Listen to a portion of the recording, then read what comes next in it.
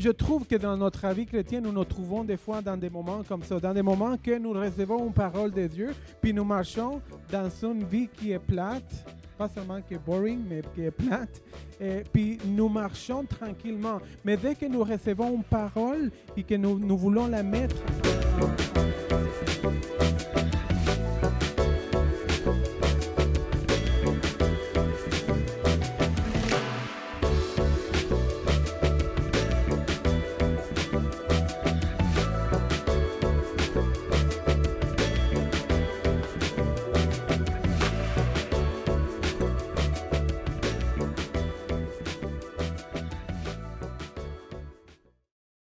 Amen. Alors, bienvenue ce matin à Nouveau Départ. Donc, encore une belle journée. C'est quand même spécial. Dieu nous donne toujours des beaux dimanches pour qu'on puisse commencer la semaine, parce que ce n'est pas le dernier jour de la semaine, le dimanche.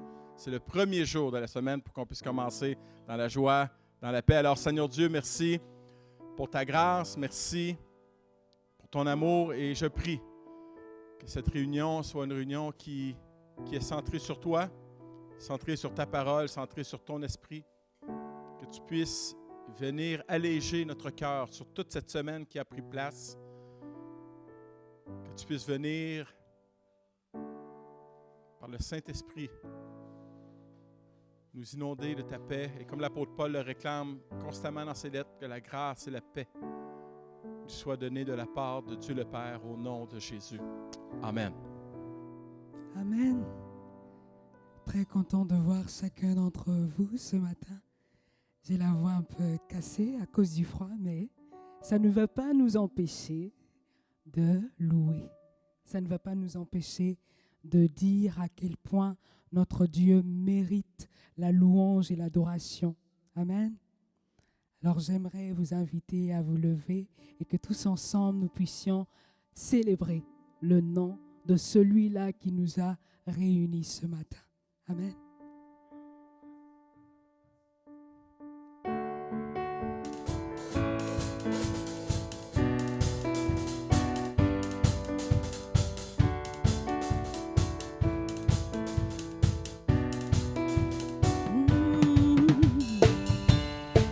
Quand les montagnes trembleront, quand je serai éprouvé, et ma vie en plein désert, en attendant ta lumière, dans mon histoire, au cœur de mes larmes, de mes nuits, je redirai, tu seras mon cri, tu seras ma joie, tu seras le battement de mon cœur, tu seras ma vie, tu seras ma joie, tu seras ma passion, oh Seigneur. Tu seras mon cri, tu seras ma voix, tu seras le battement de mon cœur, tu seras ma vie, tu seras ma joie, tu seras ma passion, oh Seigneur.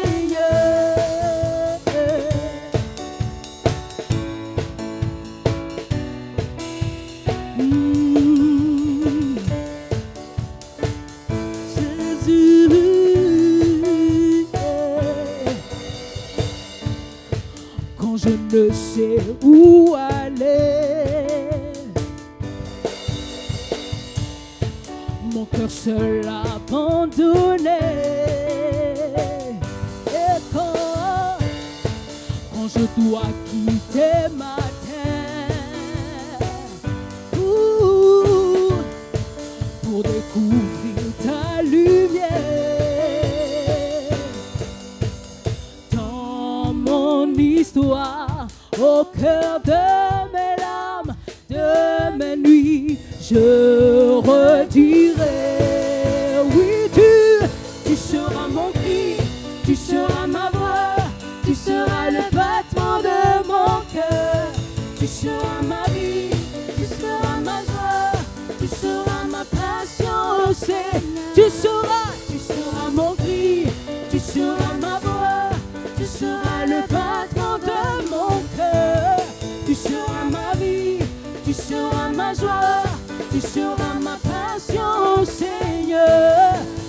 seras mon cri, tu seras ma voix, tu seras le battement de mon cœur. Tu seras ma vie, tu seras ma joie, tu seras ma passion, Seigneur.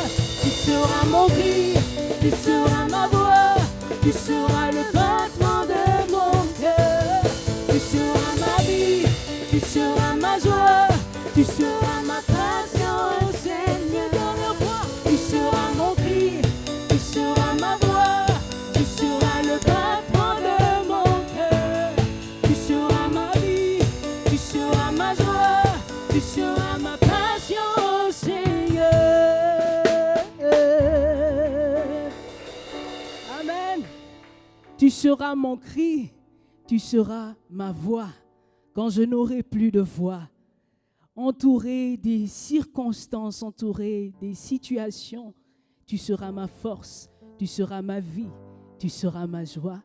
Et j'ai encore envie de dire, tu seras la louange. Au-delà de la voix, tu seras la louange dans ces moments-là. Amen.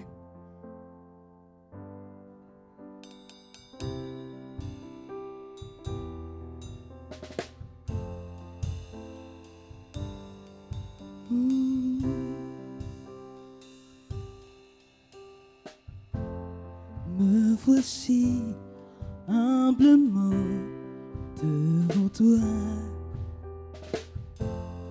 accueillant ta grâce qui se déverse en moi.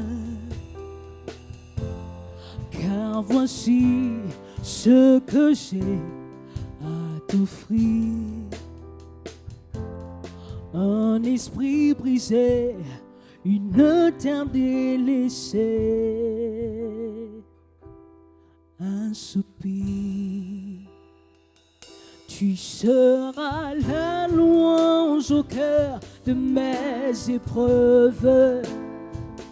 Tu seras la réponse à tout ce que je vis. Tu seras la main qui viendra pour me relever. Tu seras ma vie, mon chemin, ma vérité. Oui, relevé, restauré et guéri. Là dans ta présence, en ta tendresse immense, en ce lieu où mon cœur est béni, les flots de l'amour sont déversés sur moi pour toujours. Tu seras la louange au cœur de mes épreuves. Oui, tu seras la réponse à tout ce que je vis. Oui, tu seras la main qui viendra pour me relever. Tu seras ma vie, mon chemin, ma vérité. Oui, tu seras la louange au cœur de mes épreuves. Tu seras la réponse à tout ce que je vis. Tu seras la main qui viendra pour me relever. Tu seras ma vie, mon chemin, ma vérité. On va dire ensemble du haut du ciel, tu me bénis, tu étends ta main avec puissance, tu fends la mer, tu fends cette situation, tu frayes un chemin et sans peur, je marche.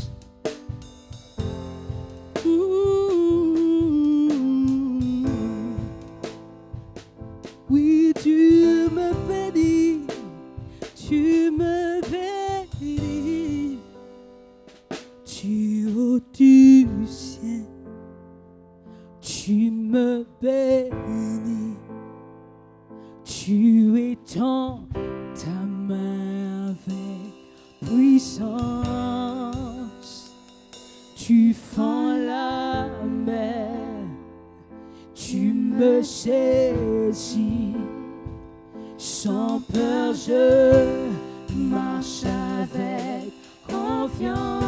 Du haut du ciel, du haut du ciel, tu me bénis. Tu étends ta main avec puissance. Tu fends la mer, tu fends la mer.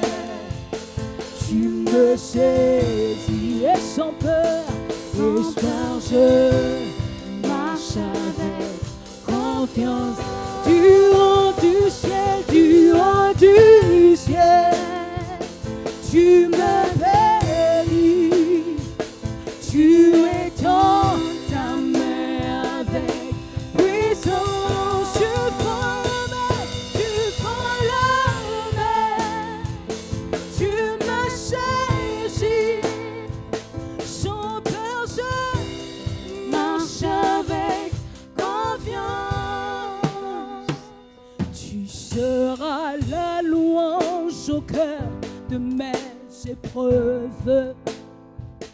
Tu seras la réponse à tout ce que je vis. Oui, tu seras la main qui viendra pour me relever.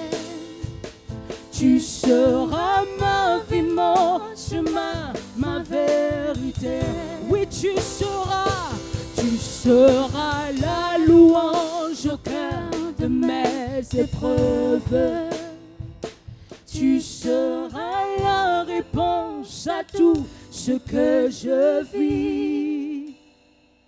Tu seras la main qui viendra pour me relever. Tu seras ma vie, mon chemin, ma vérité. Tu seras ma vie, mon chemin, ma vérité. Oh, tu seras ma vie, mon chemin, ma vérité. Oui, Père, dans ces moments où il n'y aura pas d'issue, tu seras celui-là à qui je regarde, celui-là de qui j'attends une force. Et par ton esprit, là où il n'y a pas de chemin, je verrai un chemin. Là où il n'y a pas de paix, moi j'aurai la paix. Pas par les choses qui m'environnent, mais parce que ton esprit est là.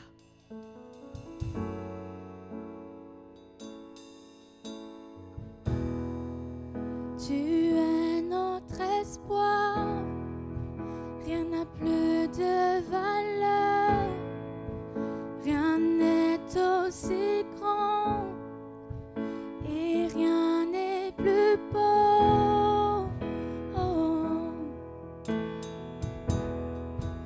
que ta présence.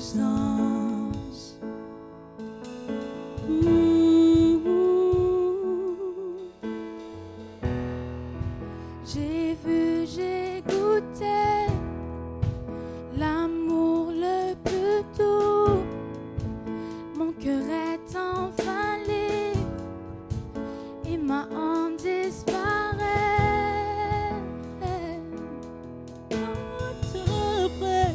Dans ta présence.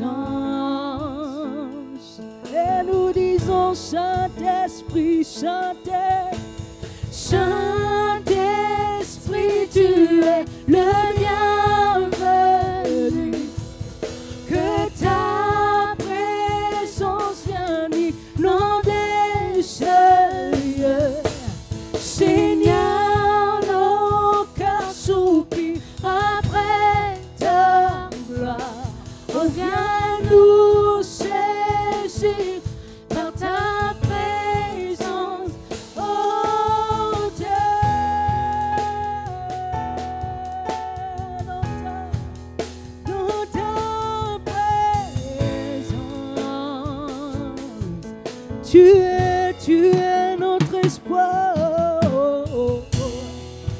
Tu es notre espoir, rien n'a plus de valeur, rien n'est aussi grand et rien n'est plus beau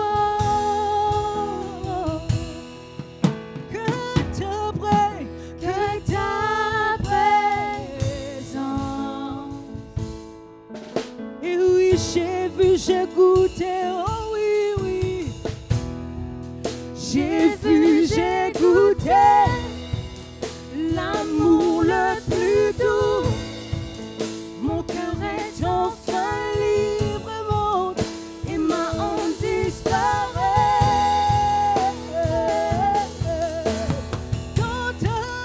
En ta présence,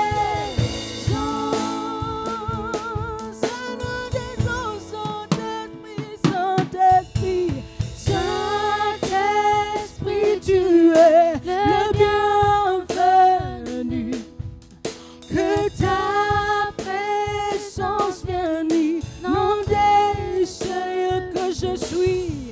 Seigneur, nos cœurs soupirent après ta gloire.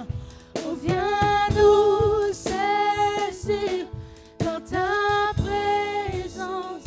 Oh Dieu,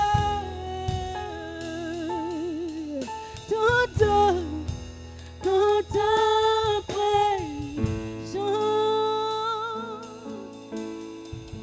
que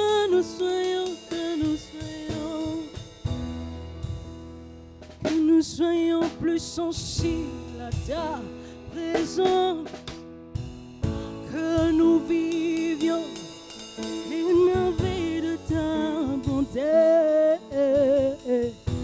que nous soyons plus sensibles à ta présence. Oh oui, oui, oui. Que nous vivions les merveilles de ta bonté. Que nous soyons plus sensibles à ta présence. Oh oui, oui, oui.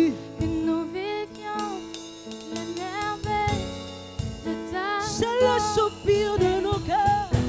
Que nous soyons plus sensibles à ta présence, que nous vivions les merveilles de ta bonté, que nous soyons plus sensibles à ta présence, que nous vivions les merveilles de ta bonté. Saint-Esprit, tu es le bienvenu.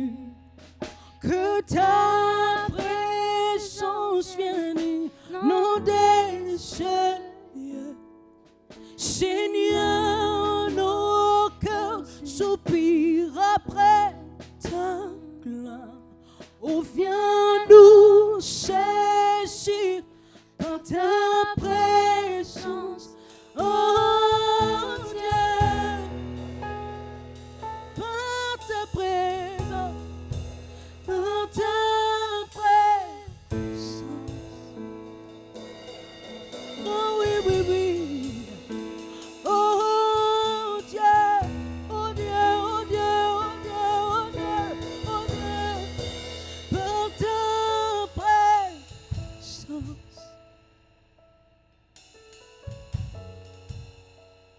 Oh Dieu, oh Dieu, oh Dieu, par ta présence.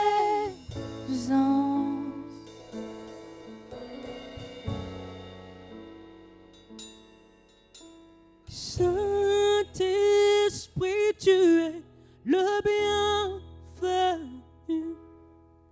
Que ta présence vienne inonder ce lieu. Seigneur, nos cœurs soupirent après ta gloire. Oh, viens nous saisir par ta présence. Saint-Esprit, Saint-Esprit, tu es le bienvenu.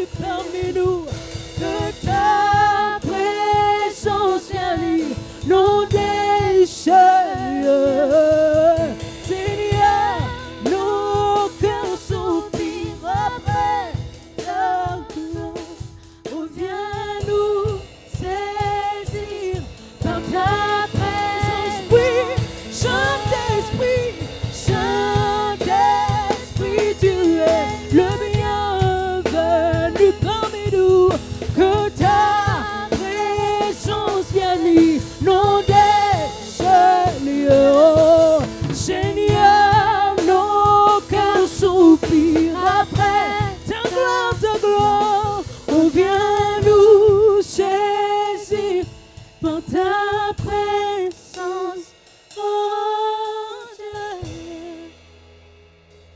Oh, par ta présence, oh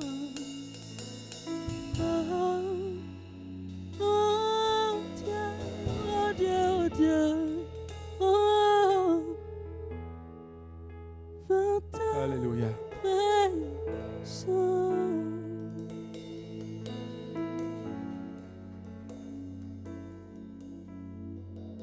N'aimez point le monde, ni les choses qui sont dans le monde. Si quelqu'un aime le monde, l'amour du Père n'est point en lui. Car tout ce qui est dans le monde, la convoitise de la chair, la convoitise des yeux et l'orgueil de la vie, ne vient point du Père, mais vient du monde. Et le monde passe, et sa convoitise aussi. Mais celui qui fait la volonté de Dieu demeure éternellement. Papa, si toi, tu ne nous saisis pas par ton esprit, c'est le monde qui va nous saisir. Si tu n'éblouis pas nos yeux, c'est le monde qui va éblouir nos yeux. Si tu n'es pas pour nous notre tout, le monde nous offrira quelque chose d'autre. Papa, nous sommes attirés par ce monde, par les feux d'artifice de ce monde, par les réflecteurs de ce monde. Et on te demande une grâce ce matin. Alors que des frères et des sœurs s'éloignent présentement, ils sont séduites par le monde. Comme le fils prodigue était séduit par les choses de ce monde. Comme Samson a été séduit par les choses de ce monde. Si ce n'est pas ton esprit qui nous saisit, nous sommes perdus, Jésus. Saisis-nous par ton esprit afin qu'on puisse être saisis et éblouis par les choses que nous verrons dans le royaume de Dieu. Saisis-nous par ton esprit, je t'en supplie. En ces jours où le monde veut nous éblouir, le monde veut nous attirer, le monde veut nous séduire. Garde-nous, Papa. Garde-nous en ta présence. Dans le nom de Jésus. Amen. Veuillez prendre place, bien-aimés.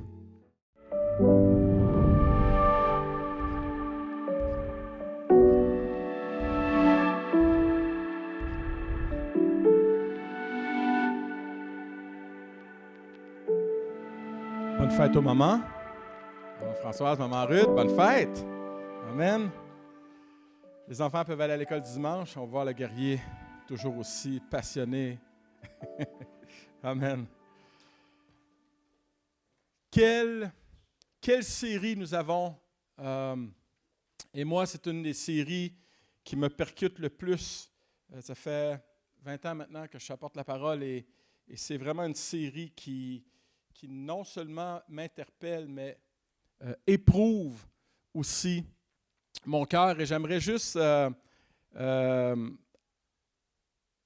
conclure, mais j'ai été touché par le message de Pasteur Juan la semaine dernière et il y a quelque chose qui est ressorti de ce texte et j'aimerais vous le partager et après on va aller directement dans le message, mais ça a rapport avec le message.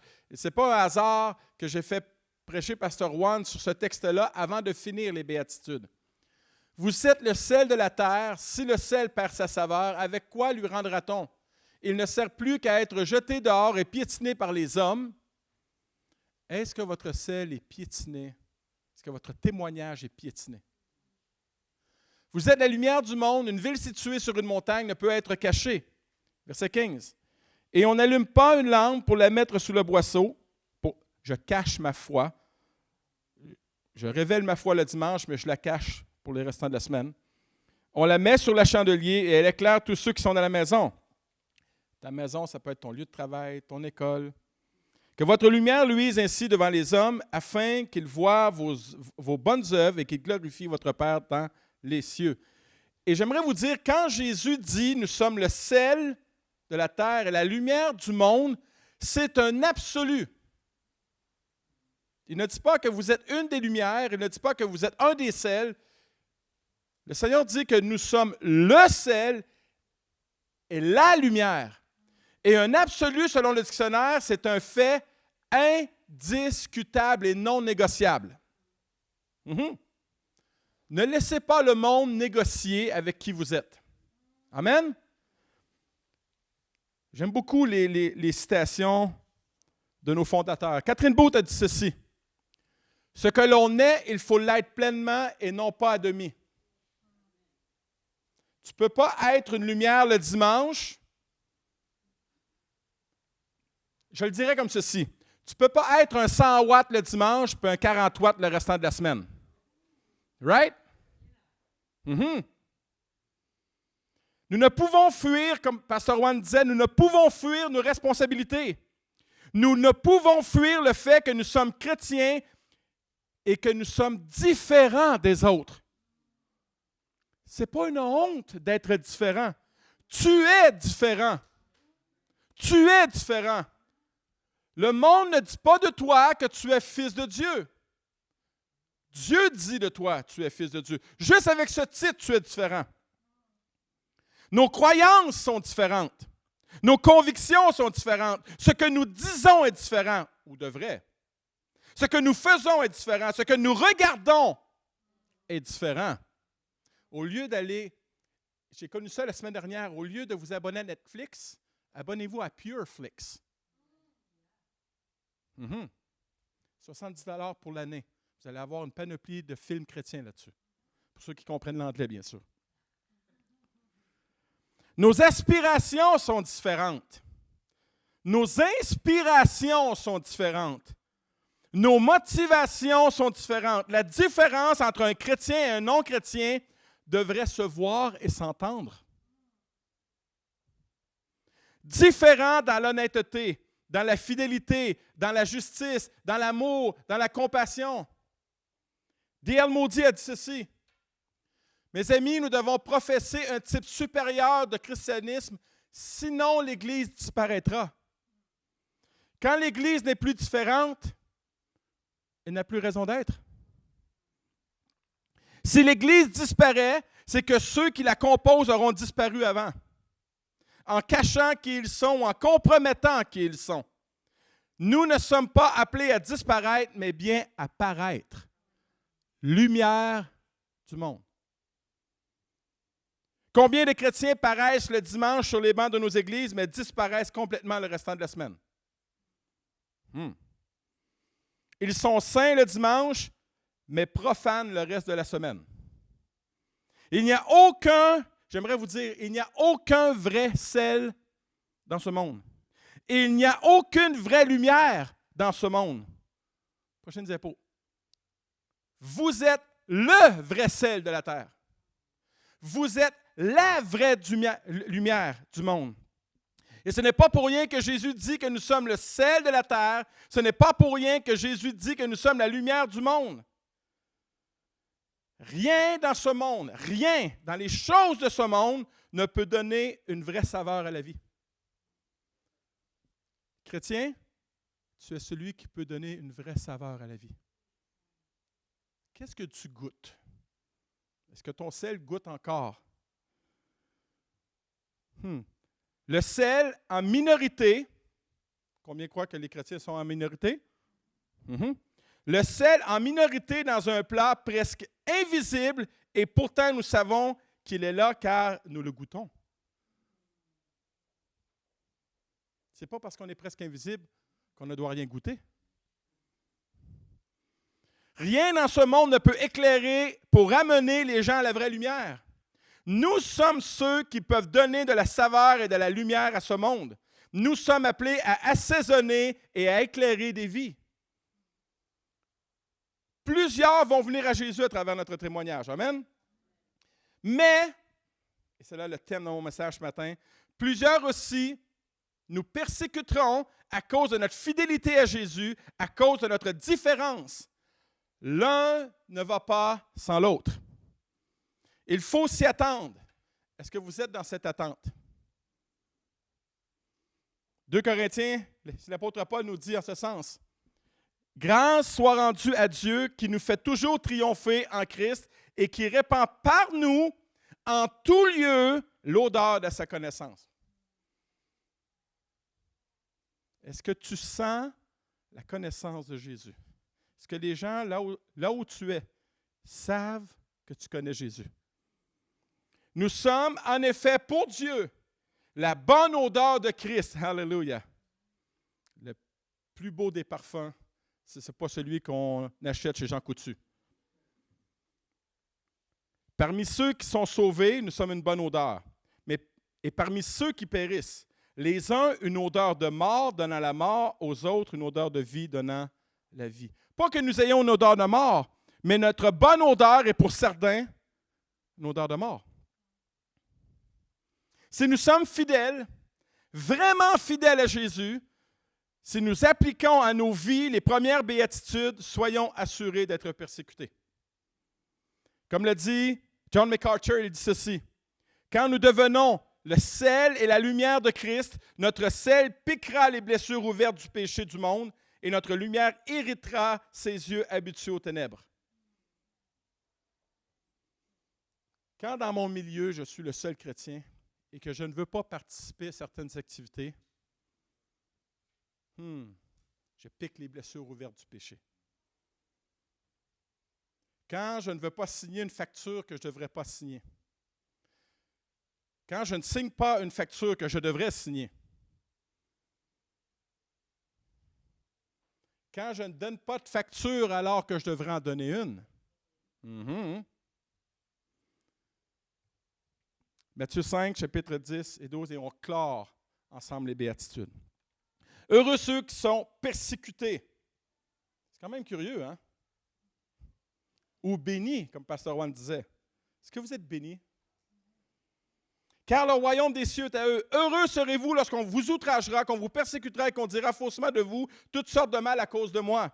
Réjouissez-vous et soyez dans l'allégresse parce que votre récompense sera grande dans les cieux, car c'est ainsi qu'on a persécuté les prophètes et qui ont été avant vous. Ce passage est très, très peu prêché aujourd'hui. Très, très peu. C'est loin d'être populaire. Mais pourtant, Jésus dit, bénis, heureux, quand vous allez l'être. Il est plus confortable de prêcher la prospérité que la persécution.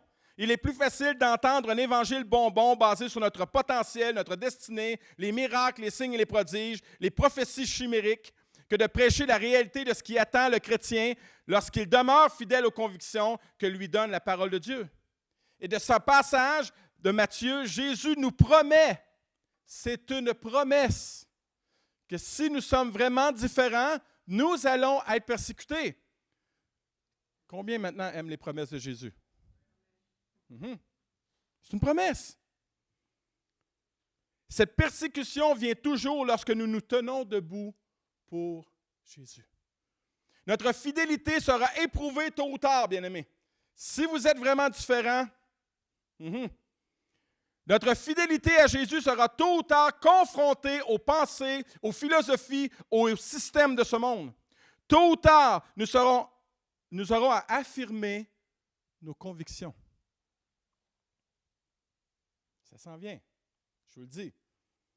Il y a des procès contre les chrétiens qui s'en viennent. Il y a des procès contre des pasteurs qui s'en viennent. Parce qu'ils ont, du haut de la chair, ils ont osé affirmer. Et aujourd'hui, avec YouTube, tout le monde. Tôt ou tard, nous allons assurément subir le mépris, le jugement, le rejet, les accusations, les congédiements déguisés, parce que nous sommes différents, parce que nous sommes chrétiens. C'est à ce moment que notre fidélité à Jésus sera éprouvée. Comment la sera-t-elle? Premièrement, lorsqu'on vous outragera à cause de moi. Lorsqu'on vous outragera, le nom de Jésus dérange et confronte. Le nom de Jésus est un absolu pour le chrétien. Et cela est non négociable. Du moins, pour le vrai chrétien. Je suis le chemin. C'est assez absolu. Je suis la vérité. Je suis la vie. Jusque-là, je pense que les non-chrétiens peuvent dealer avec ça. Jésus, c'est une bonne personne. Mais quand il dit « Personne ne va aller au ciel sans passer par moi », ah là, non. C'est sûr qu'il y a d'autres chemins pour aller au ciel. Non. Nul ne vient au Père que par moi. C'est là que ça la chope. C'est là qu'on perd nos amitiés. Il n'y a de salut en aucun autre, car il n'y a sous le ciel, ici, aucun autre nom qui a été donné parmi les hommes par lequel nous devions être sauvés. C'est un absolu. Et ça fait toute la différence entre moi et le non-chrétien, entre moi et le religieux ou la religion.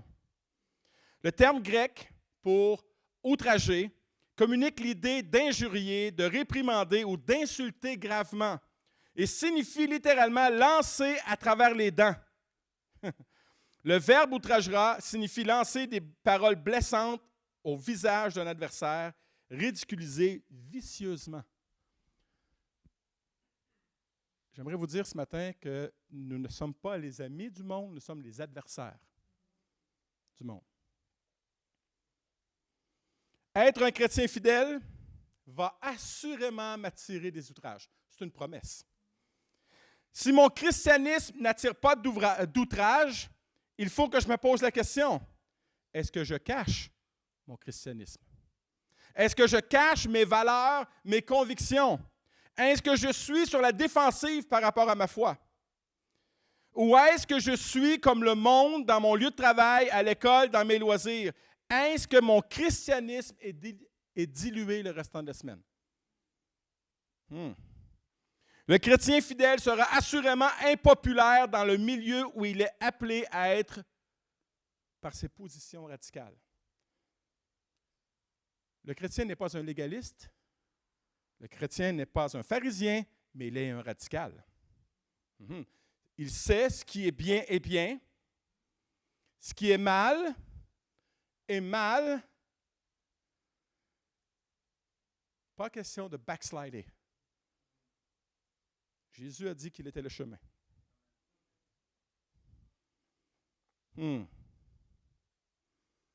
Pour le chrétien, le compromis n'est pas possible. Sa loyauté est dédiée à Jésus seul. Il ne fera jamais rien, ne dira jamais rien qui pourrait discréditer son témoignage et discréditer son Sauveur. Je vous le dis, bien-aimés, ce matin, ne cherchons pas la popularité dans ce monde, mais cherchons à être fidèles à Jésus. Ne cherchons pas l'approbation du monde, mais plutôt cherchons à plaire à Dieu, car celui qui est approuvé de Dieu n'a plus rien à prouver. Cherchons son approbation à lui. Ne cherchons pas l'amitié de ce monde, car celui qui est ami du monde est ennemi de Dieu. Vous savez, une des choses que je déteste le plus de YouTube, c'est que YouTube reste des traces. Et j'aime beaucoup des prédicateurs, vraiment, dernièrement, des prédicateurs qui sont vraiment axés sur la parole. Et cette semaine et la semaine dernière, et même hier, je l'ai écouté sur YouTube, c'était incroyable, plein de messages ayant ce titre. Do not love the world.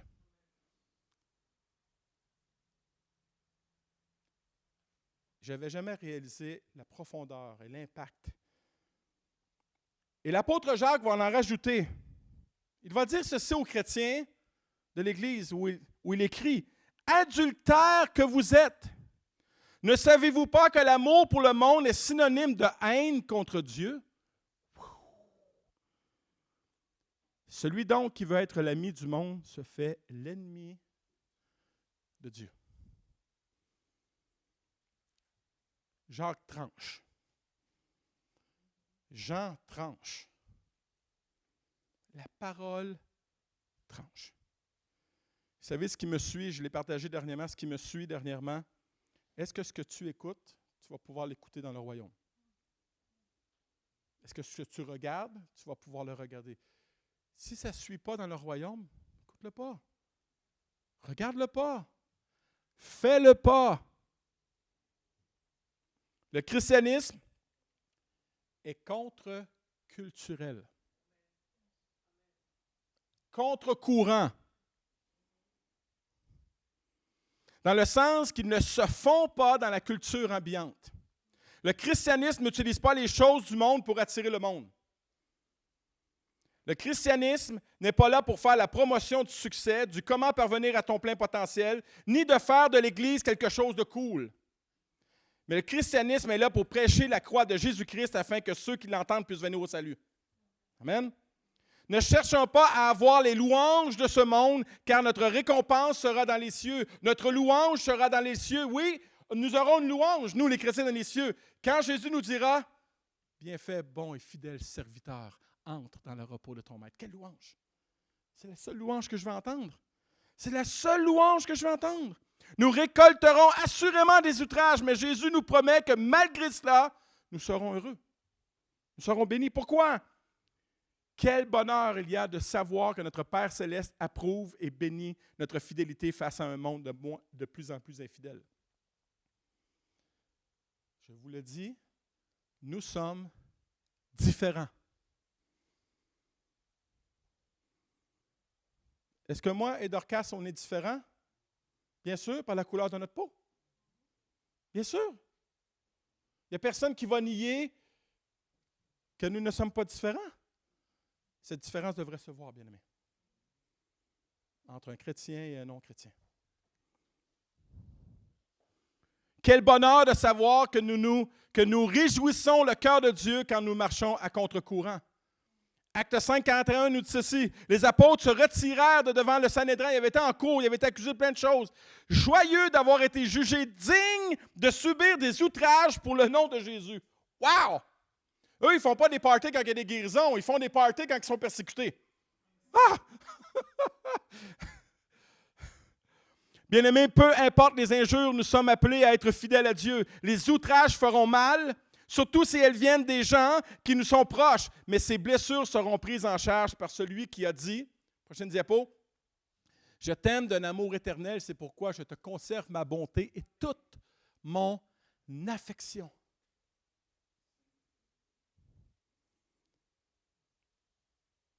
Les blessures feront mal, mais seront prises en charge par celui qui a dit, « Voici, je suis avec vous tous les jours jusqu'à la fin du monde. » Je suis avec vous tous les jours jusqu'à la fin du monde.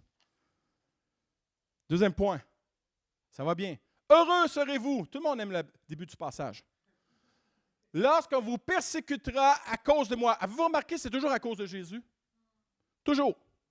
Jamais à cause de Dieu. Parce que quand on parle de Dieu, on se rejoint tous. Tout le monde parle de Dieu. Tout le monde, la majorité croit en Dieu. Mais Jésus va rajouter « à cause de moi ». Et le mot grec pour « persécutera » signifie littéralement « poursuivre »,« chasser » et « pourchasser ». De là découlent les connotations de persécution physique, de harcèlement, de mauvais traitement ou toute autre forme d'injustice. Le chrétien fidèle sera assurément persécuté. Le chrétien qui décide de se consacrer fidèlement à Jésus a cette promesse. Qu'il prospérera? Non. Qu'il fera de grandes choses? Non. Qu'il aura la popularité? Non. Qu'il aura un ministère grand et puissant, que son nom sera reconnu sur la surface du globe? Non, non et non. Voulez-vous une promesse? Encore, oui? Oui, oui, oui, vous avez l'air moins sûr, là. 2 Timothée nous dit ceci. Oh, wow! Or, tous ceux qui veulent vivre pieusement en Jésus-Christ seront persécutés. Ça, c'est la promesse de ta consécration à Jésus. C'est pas ce qu'on entend hein, dans les églises aujourd'hui. Non, non, non. Consacre-toi à Jésus, puis Dieu va t'appeler à faire de grandes choses, de prospérité. C'est pas ce que Timothée nous dit. L'apôtre Paul dit à Timothée. Et l'apôtre Paul va aller plus loin, c'est une règle générale. Ce n'est pas une exception. C'est une règle générale. Tous ceux qui sont décidés à mener une vie d'attachement à Dieu, dans la communion avec Jésus-Christ, connaîtront, tôt ou tard, assurément, complètement, j'arrête ici, la persécution. Le fruit d'une réelle consécration, c'est la persécution. Et l'histoire de l'Église, dans tous les temps, et même aujourd'hui, rapporte la persécution de chrétiens qui se tiennent debout pour leur foi et leurs convictions. Et j'ai lu un journal chrétien dernièrement, et tout le monde parle qu'il y a beaucoup de religions et qui sont persécutées. Et l'article dit ceci. Voici la terrible conclusion du rapport du Christian Freedom International. Un chrétien meurt pour sa foi toutes les 5 minutes dans le monde sous les coups de l'État islamique ou d'autres organisations terroristes. Donc, il est 9h47. À 9h52, il y a un chrétien qui est mort. À tous les 5 minutes. Les croyants sont souvent isolés, torturés et placés devant le choix brutal de renier Jésus pour se convertir à l'islam. Ceux qui refusent sont exécutés par décapitation ou crucifixion. Les recherches du Christian Freedom International concluent que 200 millions de personnes vivent la persécution dans 105 pays différents, ce qui fait du christianisme la foi la plus risquée du monde. Selon l'organisation, le nombre de chrétiens morts en martyrs a été plus important, écoutez bien, plus important au 20e et 21e siècle qu'au cours des 19 siècles précédents réunis. Les militants de l'État islamique utilisent les églises irakiennes comme chambres de torture où ils forcent les conversions et exécutent ceux qui refusent. Et il conclut l'article en demandant de la prière.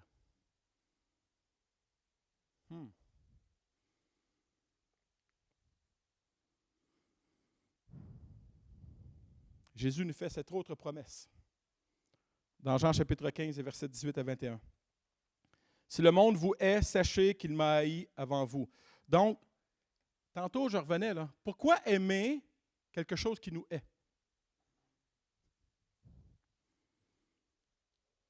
Si vous étiez du monde, le monde aimerait ce qui est à lui. Mais parce que vous n'êtes pas du monde et que je vous ai choisi du milieu du monde, à cause de cela, le monde vous hait. Souvenez-vous de la parole que je vous ai dite. Le serviteur n'est pas plus grand que son maître. S'ils m'ont persécuté, ils vous persécuteront aussi. Quelle promesse! S'ils ont gardé ma parole, ils garderont aussi la vôtre.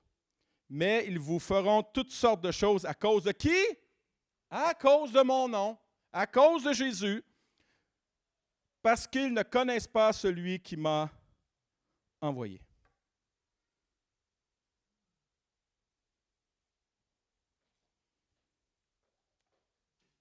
Plusieurs connaissent, prochaine diapo, Martin Luther King et un peu moins J. Edgar Hoover. J. Edgar Hoover, c'est celui qui a dit « Segregation now, segregation tomorrow, segregation forever ». La ségrégation maintenant, demain et pour toujours. Et en 1955, Martin Luther King a dirigé un boycottage pacifique d'1 an pour protester contre la ségrégation dans les autobus. Il a payé un prix élevé. On a fait exploser une bombe dans sa maison. On l'a attaqué et arrêté. Mais il ne s'est jamais vengé. Et on l'a assassiné le 4 avril 1966. Mais il a dit ceci. Tant qu'un homme n'a pas découvert quelque chose pour lequel il serait prêt à mourir, il n'est pas à même de vivre.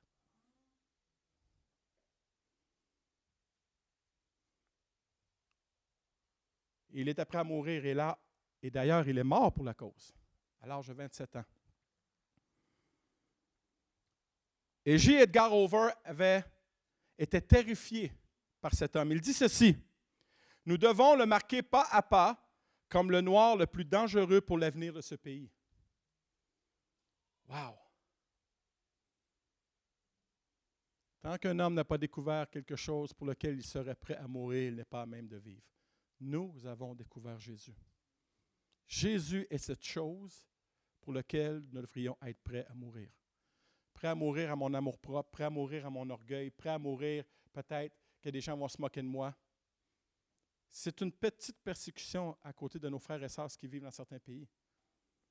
Où j'entendais encore parler en Chine. Il y a des églises présentement en Chine qui doivent se cacher le dimanche matin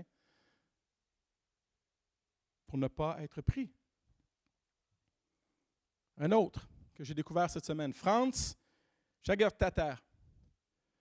Lorsque les nazis ont enrôlé cet homme, durant la Seconde Guerre mondiale, il a suivi un entraînement militaire, mais en refusant de jurer fidélité à Adolf Hitler. Pourquoi? Les autorités lui ont alors permis de retourner dans sa ferme, mais l'ont plus tard rappelé au service. Après avoir découvert l'idéologie nazie et le génocide des Juifs, il a toutefois décidé que sa loyauté envers Dieu l'empêchait de combattre aux côtés des nazis. On l'a arrêté et exécuté, laissant derrière lui sa femme et ses 3 filles. Il était prêt à mourir parce qu'il voulait rester fidèle à Jésus plutôt que de devenir fidèle à Adolf Hitler. Bien-aimés, il y aura toujours un prix à la consécration.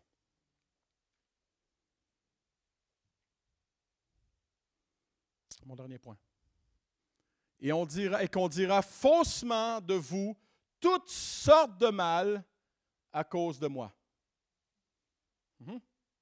Pour plusieurs, je sais que ça vous est arrivé. On a inventé des histoires par rapport à vous. On vous a attribué des choses que ce n'est pas vous qui aviez fait. On a attribué des choses. Un tel a dit telle chose, puis ce n'est pas ça que vous avez dit. Ou il l'a rapporté de telle manière, puis ce n'est pas comme de telle manière que vous l'aviez rapporté. Heureux serez-vous quand on dit contre vous toutes sortes de mauvaises paroles et de mensonges, quand on changera le sens de vos paroles, quand on ne rapportera les choses quand on ne rapportera pas les choses correctement et quand on étiquettera d'une manière méchante. Si on est différent, on va être étiqueté différemment.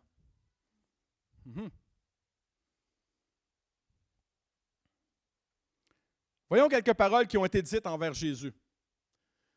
Le Fils de l'homme est venu mangeant et buvant, et il dit, c'est un mangeur et un buveur, un ami des collecteurs d'impôts et des gens de mauvaise vie. Ça, c'est les mots qu'on disait sur notre Sauveur.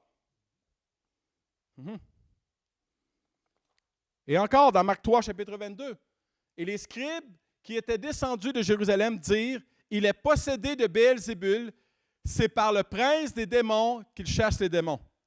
Dieu est possédé par son ennemi. Mais non! Mais non! Mais Jésus se tenait debout pour son Père, alors on a porté des accusations sur lui. 1 Pierre, chapitre 3, versets 13 et 18 nous dit ceci. Il nous parle encore aujourd'hui. D'ailleurs, quand vous souffririez pour la justice, vous seriez heureux. Alléluia!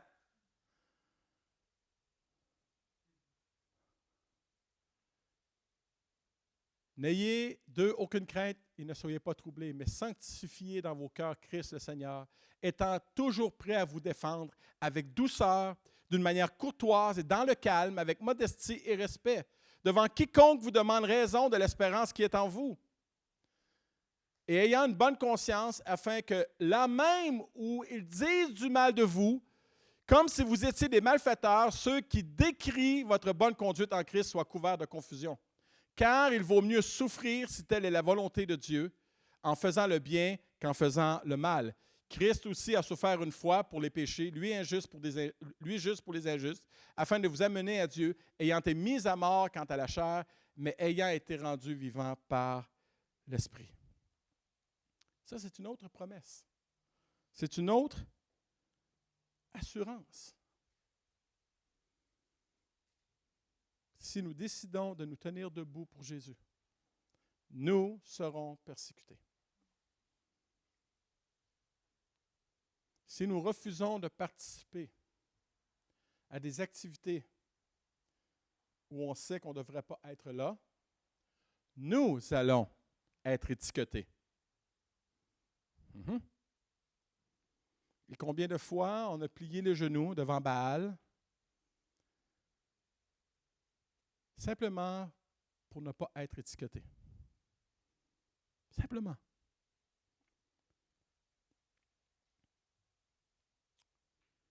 Mais il y a une promesse pour ceux qui sont persécutés.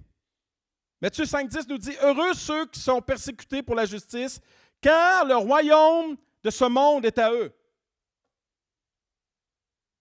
Je veux juste savoir si vous me suiviez.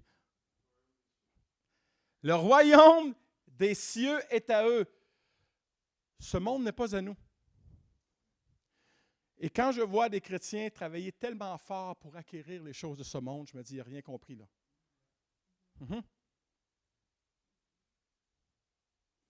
Cette promesse vient de la bouche même de Jésus. Wow! Je suis convaincu que cette promesse habitait le cœur de tous ceux qui ont payé le prix de leur vie alors qu'ils étaient persécutés. Ils regardaient aussi loin que la promesse. Ils regardaient à l'éternité qui leur était réservée. Ils vivaient pleinement la persécution présente, tout en ayant un regard vers le lieu où ils résideraient pour l'éternité. Je crois que c'est cela qui leur permettait de résister malgré la persécution. Aujourd'hui, je ne crois pas que la persécution va venir avec des pierres, des crucifixions et tout ça. C'est beaucoup plus subtil que ça. La persécution va venir avec des lois.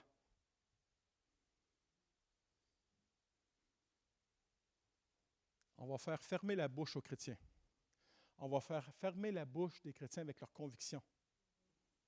Et s'ils les affirment haut et fort, nous les menotterons. Bien-aimés, c'est ce qui s'en vient.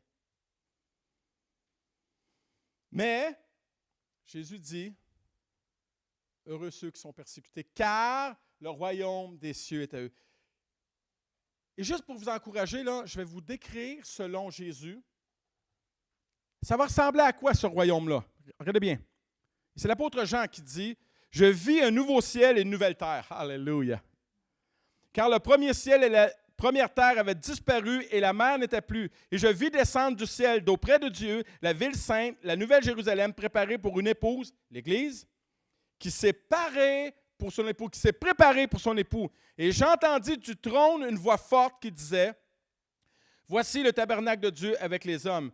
Il habitera avec eux et ils seront son peuple et Dieu lui-même sera avec eux. Il essuiera toute larme de leurs yeux et la mort ne sera plus. Il n'y aura plus ni deuil, ni cri, ni douleur, car les premières choses ont disparu. Et celui qui est assis sur le trône dit, « Voici, je fais toutes choses nouvelles. » Et il est écrit, quand ces paroles sont certaines, et il dit, écrit, car ces paroles sont certaines et véritables. Je suis convaincu que ceux qui étaient persécutés, ces paroles sont certaines et véritables. À celui, je suis l'alpha et l'oméga, le commencement et la fin. À celui qui est soif, je donnerai la source de l'eau de vie gratuitement. Celui qui vaincra héritera ces choses. Je serai son Dieu et il sera mon fils. Wow! Ça, c'est le bonheur qui nous attend. Il y a des frères et des sœurs qui, depuis des milliers d'années, ont refusé de plier le genou devant Baal au prix de leur vie. Au prix de leur vie. Jean Hus est un précurseur de la Réforme. Et quand Jean Hus est arrivé avec sa nouvelle foi devant la grande église de son temps, ils lui ont fortement recommandé de renier sa nouvelle foi. Il a bien sûr refusé. Et on l'a mis sur le bûcher. Et alors qu'il brûlait, il ne criait pas de douleur. Il chantait des psaumes. Il expérimentait « heureux ceux ». Et là, après, on a demandé aux grands de l'Église, « Que ferons-nous de ces cendres? Irons-nous le mettre dans un cimetière? » Et les grands décideurs de l'Église ont eu l'idée géniale, non, il aurait encore un plus grand impact. Répandons ces cendres à la rivière pour qu'ils s'éloignent.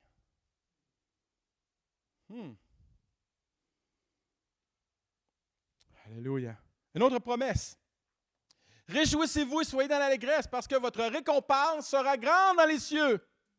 Si tu attends d'avoir une récompense à ce monde, tu vas attendre longtemps. Car c'est ainsi qu'on a persécuté les prophètes et qui ont été avant vous. Quand nous souffrons, j'aime beaucoup ce texte, quand nous souffrons pour la cause de Jésus, nous joignons les rangs des prophètes et des saints d'autrefois. Et bien aimés, écoutez-moi bien, il y a beaucoup de pasteurs qui, devant leur nom, mettent le nom prophète, mettent le nom apôtre. Faisons attention avant de se mettre un titre devant notre nom. Parce que la parole dit que si tu veux ce nom-là, tu vas être persécuté. Je ne vois pas grands prophètes aujourd'hui être persécutés. Je ne vois pas grands apôtres être persécutés. Usons de discernement, bien-aimés. Je suis ce matin un prophète. Si je suis persécuté, je suis dans la même lignée que les prophètes et les saints d'autrefois. Vous l'êtes tout autant. Nous rentrons dans la lignée de Hébreux 11, verset 36. D'autres subirent les moqueries et le fouet, les chaînes et la prison. Ils furent lapidés, sciés. Torturés, ils moururent tués par l'épée. Ils allèrent çà et là, vêtus de peau de brebis et de peau de chèvre, dénués de tout, persécutés, maltraités. Eux dont le monde n'était pas digne, errant dans les lieux, dans les déserts et dans les montagnes et dans les cavernes des andes de la terre. On est loin de l'évangile de la prospérité. On est loin des prophètes et des apôtres d'aujourd'hui qui se promènent en costard de 2000 $ et en BM. Eux étaient revêtus de peau de brebis et ils habitaient dans les déserts. Avant de mettre un titre devant ton nom, sois sûr qu'il va aller quelque chose avec ce titre. C'est la persécution.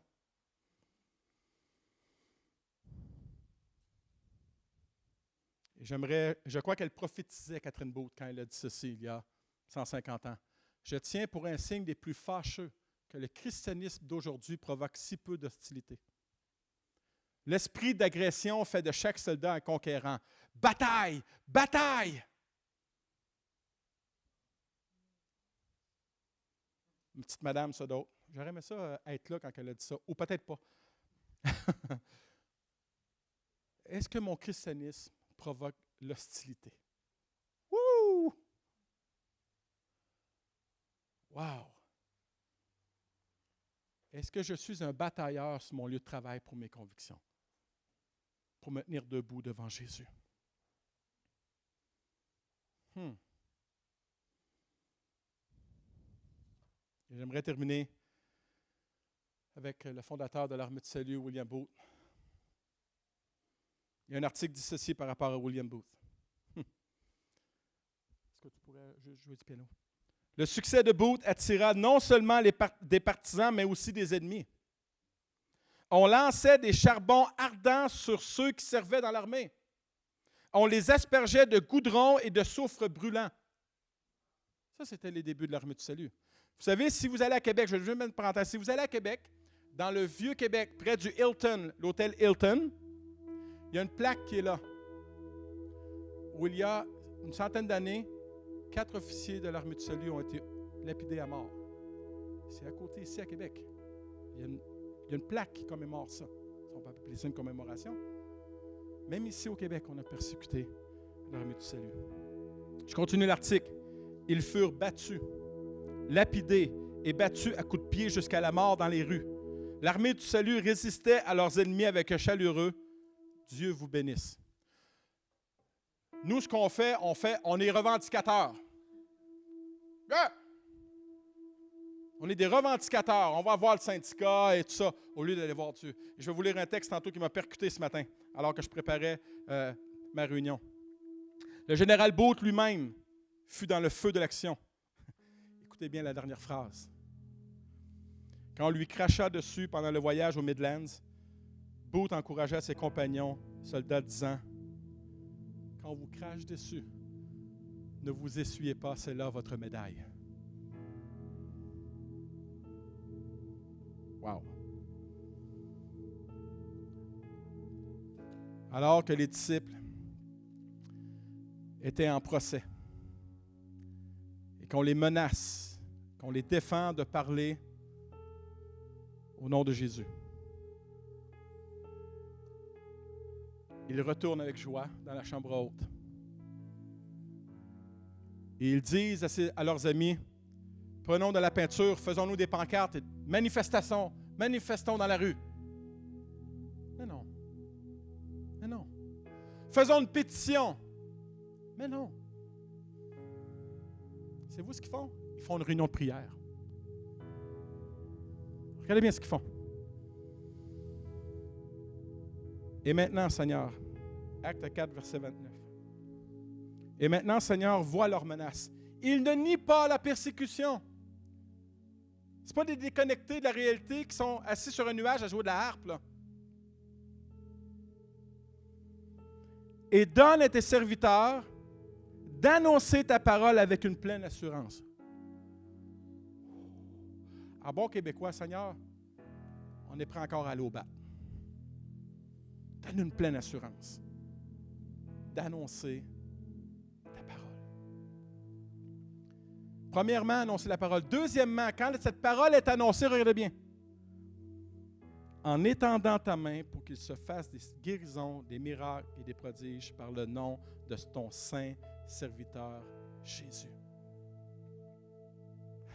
Alléluia. Et quand ils eurent prié, le lieu où ils étaient assemblés trembla. Ils furent tous remplis du Saint-Esprit et ils annonçaient la parole de Dieu avec assurance. Le résultat des menaces, c'est qu'ils ont prêché la parole de Dieu avec plus d'assurance encore. Et souvent, les chrétiens, on va à l'envers. On prie pour les signes, les miracles et les prodiges, alors que la prière ici, les disciples disent, on va faire en sorte qu'on prêche la parole avec plus d'assurance en ayant des résultats de.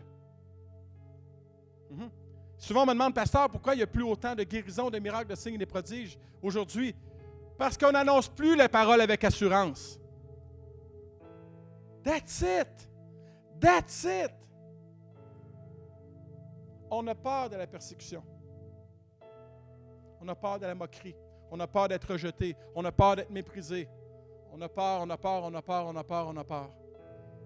Croyez-vous que ces disciples-là n'avaient pas peur pour qu'ils prient comme ça? Bien, c'est sûr qu'il y avait. Mais Seigneur, non.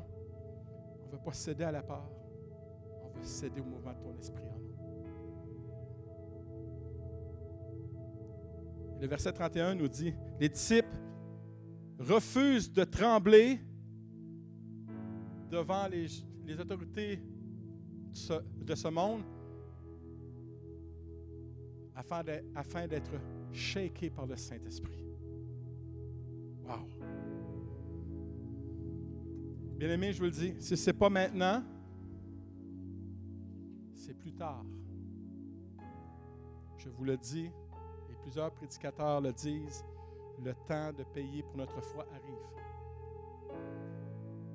Les lois sont présentement à l'étude. Il y a des lois maintenant qui sont approuvées par le gouvernement. Ce n'est pas un hasard. Pourquoi présentement on n'est pas reconnu par nos gouvernements? Parce qu'on est différent. Notre message est différent. Nos convictions sont différentes. Et il n'est pas question que l'Église, même si déjà des églises ont plié le genou devant Baal, où on accepte des choses que la Bible refuse. Des pasteurs qui ont décidé de plier le genou pour attirer le monde, utilisant les choses, les méthodes de ce monde pour attirer le monde. Est-ce qu'on peut se lever, bien-aimés? J'aimerais prier.